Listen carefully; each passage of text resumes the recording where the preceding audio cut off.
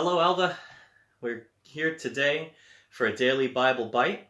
And so today we're reading Genesis chapter 3, 4, and 5, and Matthew chapter 2. So here it comes. Genesis chapter 3.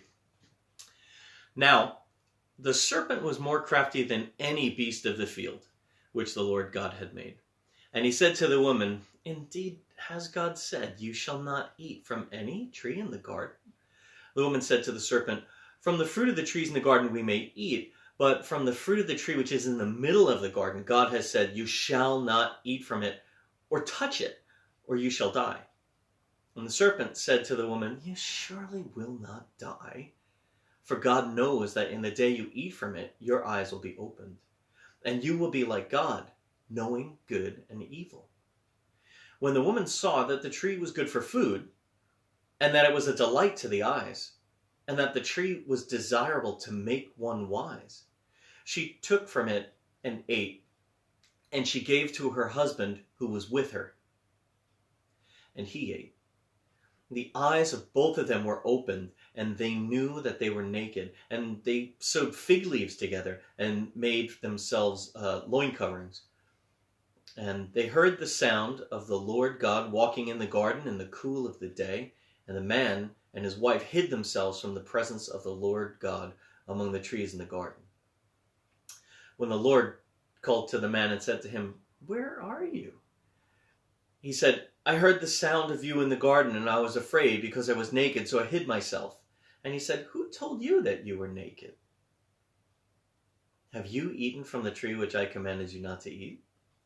And the man said, The woman you gave to me, she gave me from the tree, and I ate." "What is this you have done?"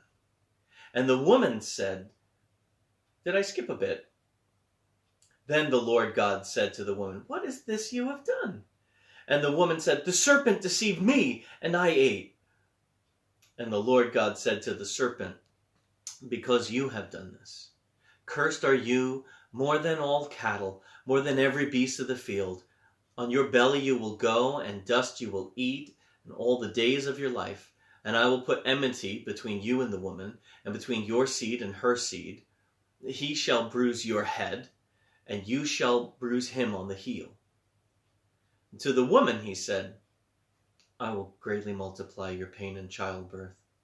In pain you'll bring forth children, yet your desire will be for your husband, and he will rule over you." And then to Adam he said, "Because you have listened to the voice of your wife, and have eaten from the tree about which I commanded you, saying, you shall not eat from it, cursed is the ground because of you. In toil you will eat of it all the days of your life. Both thorns and thistles it shall grow for you, and you will eat the plants of the field. By the sweat of your face you will eat bread, till you return to the ground, because from it you were taken. For you are dust, and to dust you shall return." Now the man called his wife's name Eve, because she was the mother of all the living. And the Lord God made garments of skin for Adam and his wife, and clothed them. Then the Lord God said, "Behold, man has become like one of us, knowing good and evil. And now he might stretch out his hand and take also from the tree of life and eat and live forever." Therefore the Lord God sent him out of the Garden of Eden to cultivate the ground from which he was taken. So he drove the man out, and at the east of the Garden of Eden he stationed the cherubim and the flaming sword, which turned every direction to guard the way to the tree of life. That's chapter 3. Chapter 4 says this: "Now the man had relations with his wife Eve, and she conceived and gave birth to Cain. And she said, I've gotten a man-child with the help of the Lord. Again she gave birth to his brother Abel. And Abel was a keeper of flocks, but Cain was a tiller of the ground. So it came about in the course of time that Cain brought an offering to the Lord of the fruit of the ground. Abel on his part also brought of the firstlings of his flock, and of their fat portions. And the Lord had regard for Abel and for his offerings, but for Cain and for his offering he had no regard.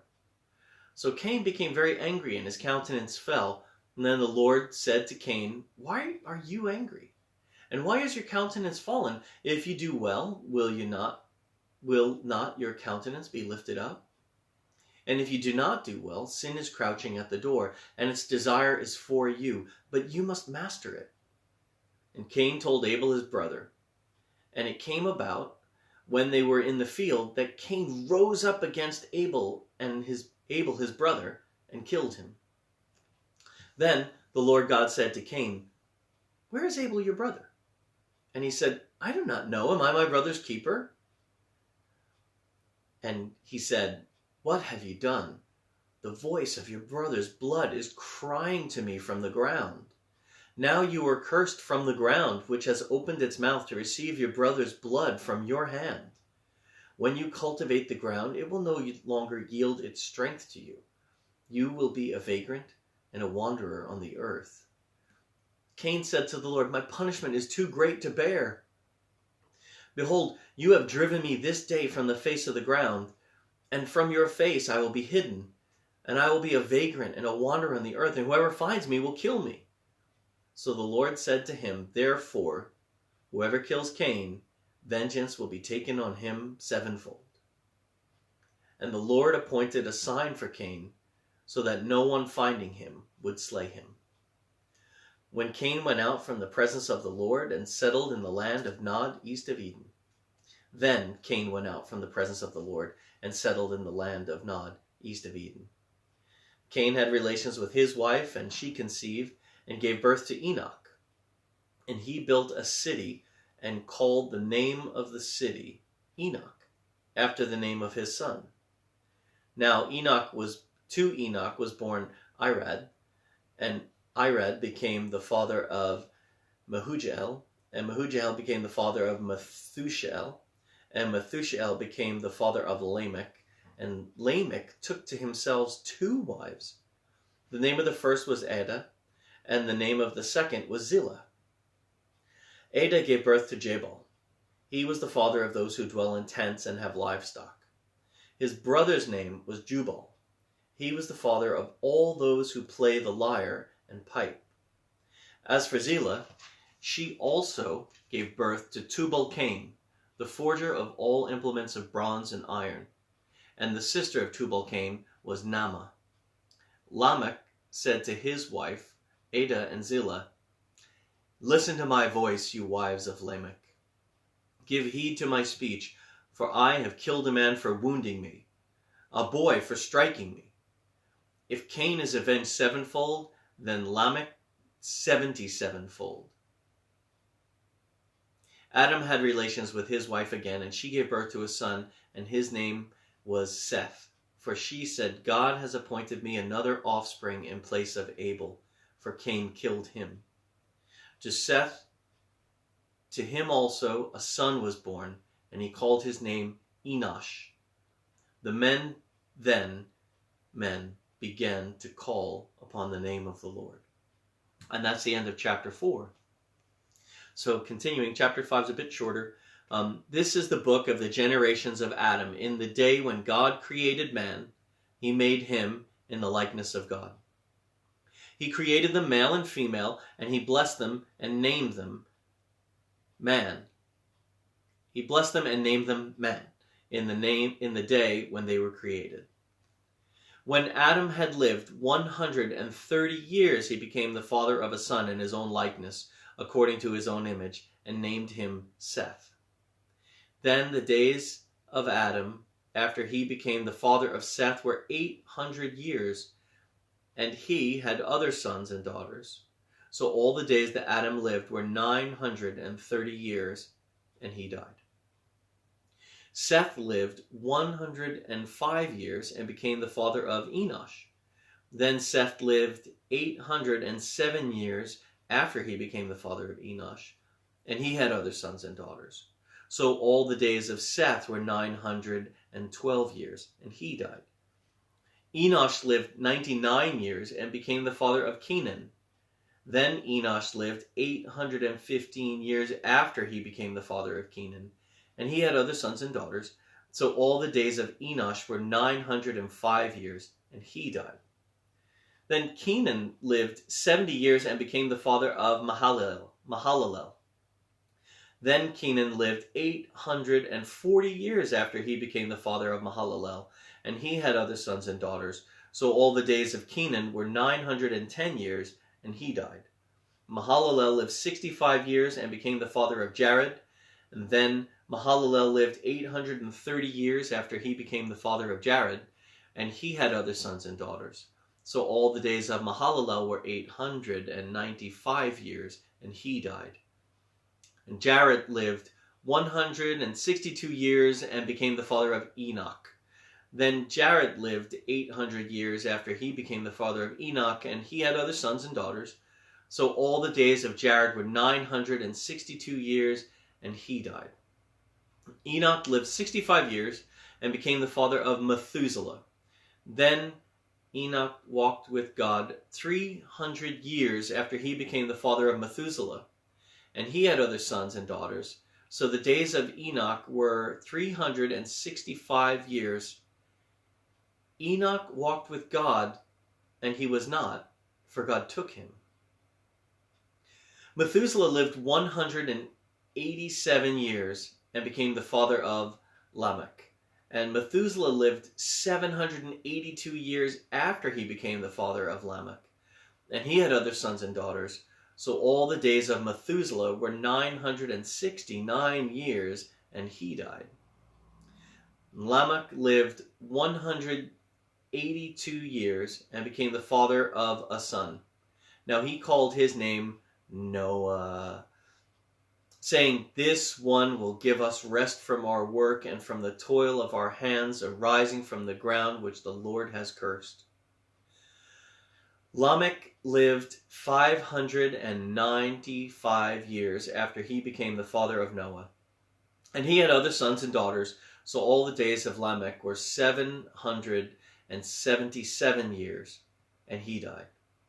Noah was 500 years old, and Noah became the father of Shem, Ham, and Japheth. And so that's the end of chapter 5, going through the Bible 15 minutes a day. And then for good measure, something in the New Testament, something of the stuff about the birth of Christ. And we're reading chapter 2 today of the book of Matthew. So Matthew chapter 2 says this: "Now, after Jesus was born in Bethlehem of Judea, in the days of Herod the king, Magi from the east arrived in Jerusalem, saying, 'Where is he who's been born King of the Jews? For we saw his star in the east and have come to worship him.' When Herod the king heard this, he was troubled, and all Jerusalem with him. Gathering together all of the chief priests and scribes of the people,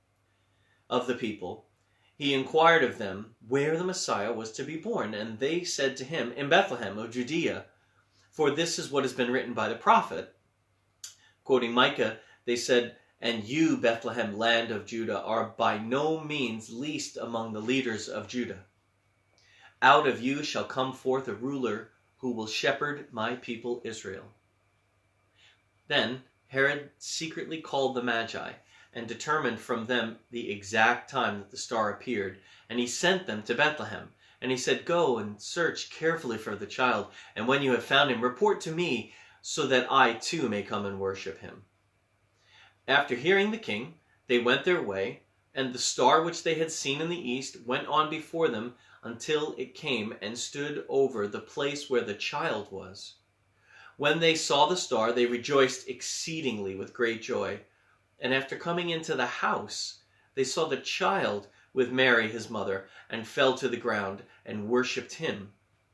Then, opening their treasures, they presented him with the gifts of gold and frankincense and myrrh. And having been warned by God in a dream not to return to Herod, the Magi left for their own country by another way. Now, when they had gone, behold, an angel of the Lord appeared to Joseph in a dream, and said, 'Get up, take the child and his mother, and flee to Egypt, and remain there until I tell you, for Herod is going to search for the child to destroy him.' So Joseph got up and took the child and his mother while it was still night, and left for Egypt, and he remained there until the death of Herod. And this was to fulfill what had been spoken by the prophet, would have been spoken by the Lord through the prophet. Out of Egypt I called my son. Then, when Herod saw that he had been tricked by the Magi, he became very enraged, and sent and slew all the male children who were in Bethlehem and all its vicinity, from 2 years old and younger, according to the time which he had determined from the Magi. Then what had been spoken through the prophet Jeremiah, the prophet, was fulfilled. A voice was heard in Ramah, weeping in great mourning, Rachel weeping for her children, and she refused to be comforted because they were no more.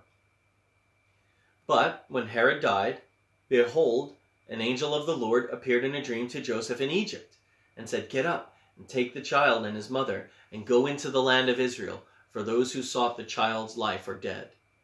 So Joseph got up, took the child and his mother, and came to the land of Israel. But when he heard that Archelaus was reigning in Judea in the place of his father Herod, he was afraid to go there. Then, after being warned by God in a dream, he left for the regions of Galilee, and came and lived in a city called Nazareth. This was to fulfill what was said through the prophets: "He shall be called a Nazarene." And that's it. That's so far today, Genesis chapter 3, 4, and 5, and then Matthew chapter 2. I hope it's been helpful to you, and we'll see you again tomorrow. Take care. God bless you.